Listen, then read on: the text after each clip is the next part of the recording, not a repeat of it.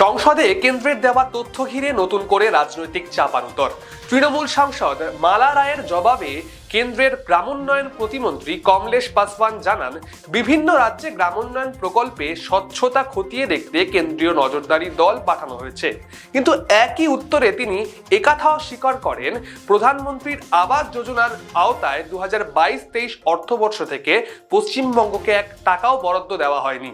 যদিও 2016-17 থেকে 2021-22 পর্যন্ত বাংলাকে প্রায় 25,798 কোটি টাকা দেওয়া হয়েছিল। পরে যোগ্য অযোগ্য বাছাই এবং প্রকল্পের নাম পরিবর্তনকে কারণ দেখিয়ে বরাদ্দ বন্ধ রাখা হয়েছে বলে জানান তিনি। অন্যদিকে মন্ত্রী নিজেই জানিয়েছেন যে ঝাড়খণ্ড, কর্ণাটক, রাজস্থান, তামিলনাড়ু, পাঞ্জাব, মহারাষ্ট্র, কেরল, অসম সহ বহু রাজ্যে নজরদারি ও অনিয়মের অভিযোগ থাকলেও কোথাও সম্পূর্ণ অর্থ বন্ধ হয়নি।